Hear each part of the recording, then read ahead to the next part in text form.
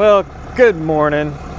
I don't usually work on diesels, but I'm making an exception today. I got a 22 Dodge Ram, well, it's not Dodge anymore, just Ram, 2500 with the Cummins, and the customer complaint is the battery light is coming on.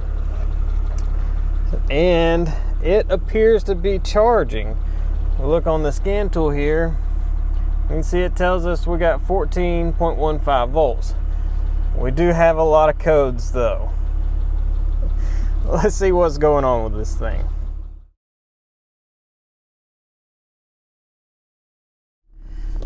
Alright, so let's just look and see what kind of codes we got here. Generator 2 control circuit short to battery. Generator 2 voltage sensor circuit short to ground. Okay. So control circuit short to battery. Voltage sensor circuit short to ground. And then we got a ECM PCM power input signal intermittent, which is set as like history. You can see it says stored. So active codes, 2 generator codes. Voltage high. Okay, that's stored. Invalid data, we're not worried about that one. Implausible data, we're not worried about that. Anytime you see implausible or invalid data codes like this, ignore those for the most part. Those are only pointing you to another module, basically. Like, it's just saying, hey, I'm not getting correct data from this module. So those two are pointing to the ABS. And the ABS has said, hey, at one point I had voltage high. So that's why that code is set. So apparently at some point this probably had ABS lights and stuff like that when this went current. There's another invalid data from ABS.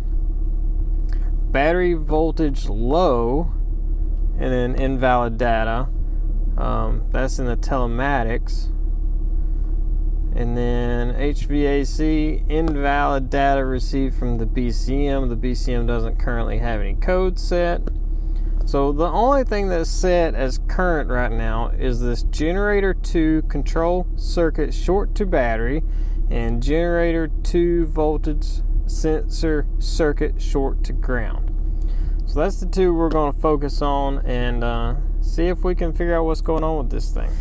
Alright, so we need to know what we're working on here. I mean, obviously it's a RAM 2500, but on all data here, I was just wanting to look at the circuit diagram to know which wires what on the alternator, and that way I can kind of start with some testing there. And I'm just looking under the OE diagrams here, charging system, it shows dual generator or single generator. So this truck could have come equipped with dual or single. Okay, well, let's go look under the hood, see what we've got.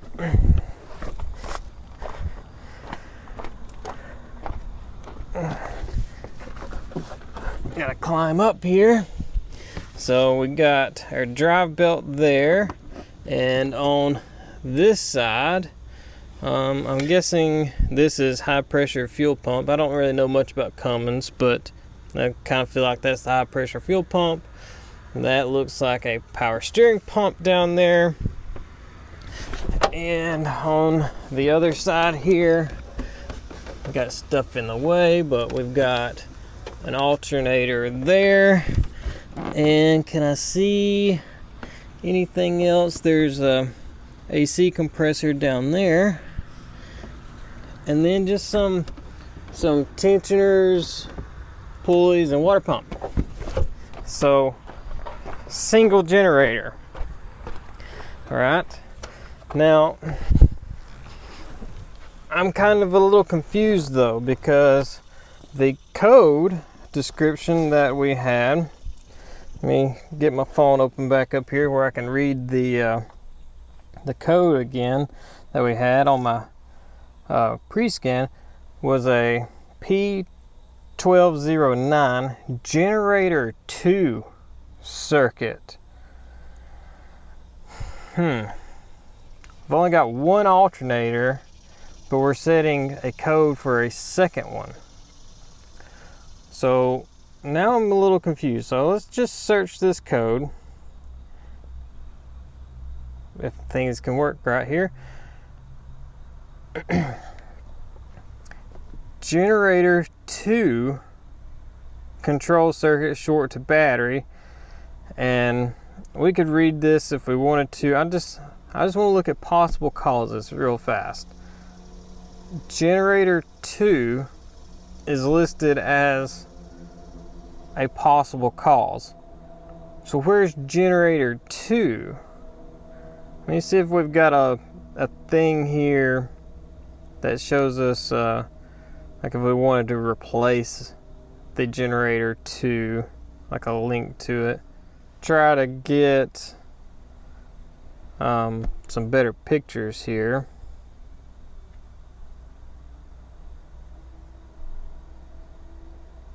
Now this shows we've got one generator on one side of the engine, one on the other side.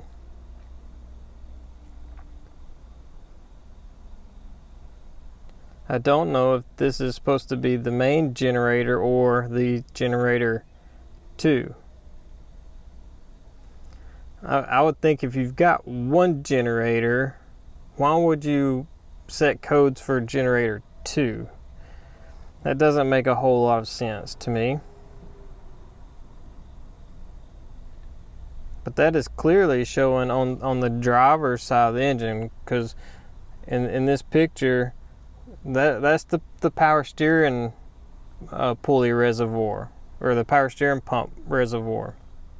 I'm really confused here. I really feel like this circuit 2 is talking about an alternator that we don't actually have. So the dual generator diagram, let's see.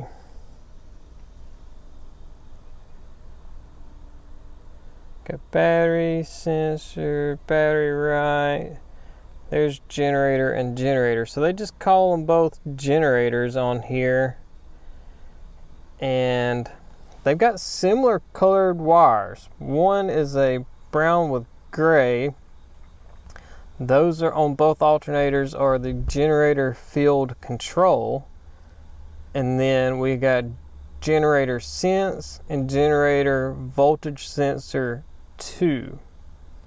So let's see if we can look at this alternator that we actually have and determine which color wire we got. Maybe we can figure out what's going on here, because this is a little strange. So we're looking for either red with a violet stripe or brown wire.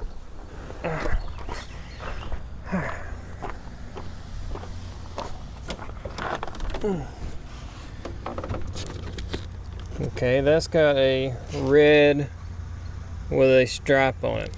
Okay, so this is 1. This is generator 1. The computer set a code for an alternator that's supposed to be on this side. I don't even see any wires for that. Like if it was pre-wired or anything. I'm not seeing anything.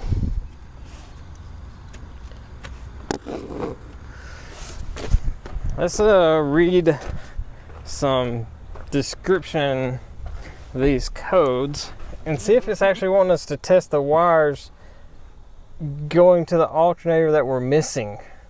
Specifically, I want to look at this generator 2 voltage sensor circuit, because that's the 2 wires that we've got different. So I want to look at that one. If I can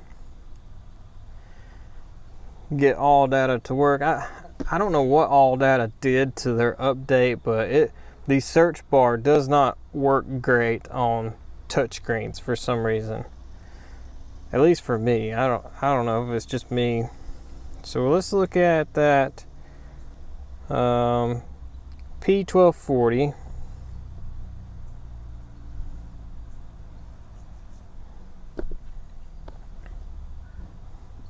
And see which circuit is actually going to have us test. If we're testing the one on the left side of the engine, we've got something weird going on because we don't have that. There are two communication lines to the PCM and the generators. Okay, yeah.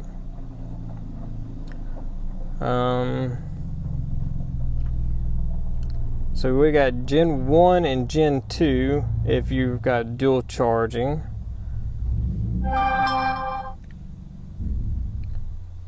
And of course this is saying Gen 2 could be a problem.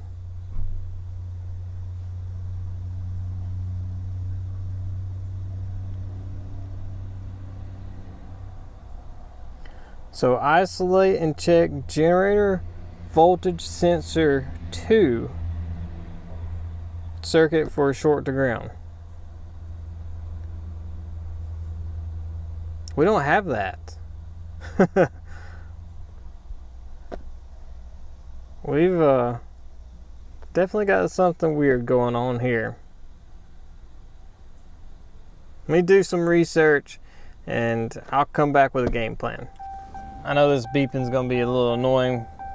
Give me just a second though, but somebody's been messing with this somehow. Something has happened to this truck. All right, let's go into the PCM here. With Chryslers, they let you read configuration data. So PCM, read configuration. We're gonna see how this PCM is actually configured. Right there, the first PID, second alternator equipped, true. No, not true. Not true at all. We've got one alternator. I don't see any wires out there for a second alternator. Has somebody been in this thing messing with the configuration? That's definitely what it looks like. So clearly it looks like the ECM or PCM configuration is incorrect. The Topdon, as far as I know, there's no way of altering that or anything like that. So I wanted to get YTech 2 connected, and I'm just using the real Mopar MDP because, I mean, YTech 2 is a weird thing. Some things JBox don't want to work, so I bought that because it will work. And sometimes I'm doing things real quick and I just want to be able to use my phone to do it instead of having to get the laptop out. It's pretty nice being able to do that. Alright, so for those of you that watch all my videos as they come out, you already know that I don't have these screen recordings. OBS did an update, or I let it do an update and it wiped out my saved scenes. So this recorded as just a black screen. But quick rundown, in YTech there is in the ECM a vehicle configuration restore option where it will let you kind of restore the configuration of the ECM PCM based on what it should have. I ran that function and it basically told me that it knew the configuration was wrong, but it was not allowed to change it and restore it back correctly, which was really strange. I also tried to do a vehicle configuration restore in the BCM.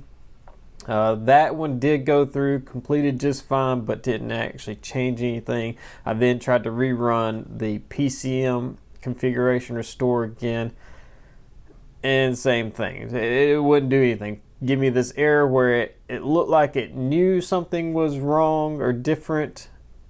Like, I think it said mismatched or something like that, but it would not change it to what it needed to be, which was pretty strange. I did look up in Dealer Connect the vehicle build, and it does only come with one alternator. It was not built with two alternators like we are kind of thinking at this point in the video. So let's skip out of this and into something that can fix this truck. Now let's get the ignition turned back on. Let's go back over here to our PCM configuration. Second alternator equipped, still says true. Let's go see if we can run this PCM configuration again and see if this will make it fix itself. Same thing. What in the world is going on with this thing? It's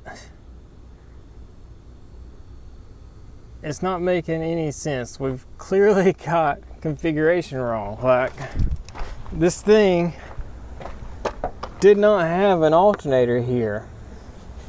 This right here would have been the fuse for it. I mean, the fuse is there, of course, but there's no bracket, there's no connectors, no harness, there's nothing there. This thing clearly did not come with a second alternator. So I'm looking over the details in the PCM here, and there's some information here that's usually pretty helpful. See, right here we got original VIN and current VIN. They match.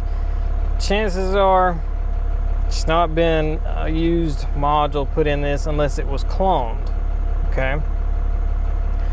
The reprogramming counter, though, it does say it's been reprogrammed 3 times. Somebody's been messing with it apparently, or something. This shouldn't be 3. If it was only programmed 1 time from factory, it would say 1, not 3.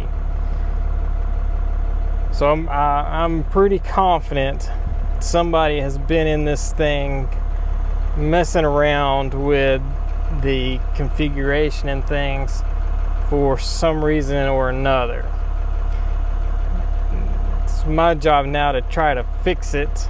If I can't fix it, well, they got to buy a PCM, because what else are you going to do? So let me see if I can come up with something to correct this configuration issue that somebody had to have done to this truck. Somebody had to have done this. Well, I'm going to try some hackery here. I don't know if it's going to work, but we're going to give it a shot. Since this truck is a gateway module, the gateway has to be unlocked to be able to do things with the PCM. So I've got a little setup that I use from time to time in situations where I need to do something out of the box like this. And what I have is a Y for a DLC, so I can plug 2 devices up at once. So I'm using the Topdon. What I'm going to do with the Topdon is run through and unlock the gateway module. Okay, so this scan tool is going to unlock the truck for me to be able to use something else here to try to change this alternator setting. So you can see the gateway has been unlocked. We can just let that sit right there on that screen. All right, now what I'm using is AlfaOBD. If you're in the Dodge Jeep world, I'm sure you've heard of AlfaOBD. So I've got my vehicle here picked. I don't actually know if this truck is compatible with it or not. This 2018 Plus PowerNet, I have no idea, but we're gonna give it a try. So we're gonna hit connect, and it's gonna have to connect to my Bluetooth adapter down there. Now, I don't want to get too in depth about this because with AlfaOBD, you can mess up stuff. It's very possible you can do something like what has happened to this truck and mess up the configuration. So I just want to check that we're actually connected here. We're connected. Now I want to go over here, active diagnostics, and in this list, it's got some things we can change, like the dual alternator, enable, disable. So right here, we can pick enable or disable. We're wanting to disable it. So we're gonna select that and hit start and hope this goes through. Procedure complete. Okay, good. Now let's hit stop. We're going to disconnect this, and now we're going to go back to the Topdon and see if that configuration actually changed or not. All right, so on the Topdon, let's go into our PCM.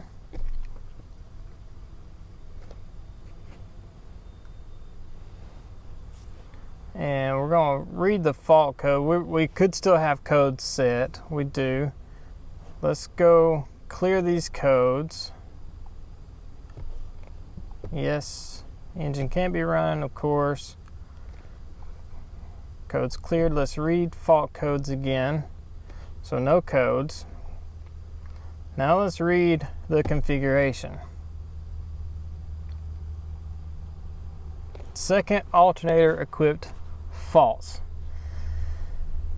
There we go. Why YTech can't do this, I have no idea. Like, blows my mind. If this went to a dealership, they would probably be forced to put a computer in it. Cummins computer, I bet it's probably like $2,000 because for some reason these things are like made of gold or something like that. So now that that's done, let's run a smart scan. We'll let it read all the codes in the car. We're going to clear everything, and we'll crank this thing up and see if our fault comes back or not. It shouldn't, because now the computer thinks it's only got one alternator. So let's see what happens. The clear has went through. We've got everything green now. Let's crank the engine and perform service. I'm sure, I don't know what that's going to be about, but let me close the hood. I've got the door tripped, so it's not going to show a door thing here, but let me close the hood real fast and we'll see if the PCM sets a code again. I don't think it will. I think we're going to be good.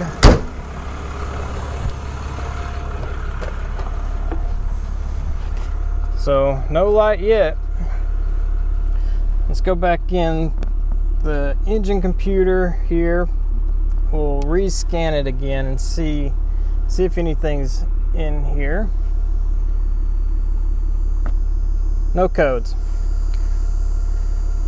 There we go.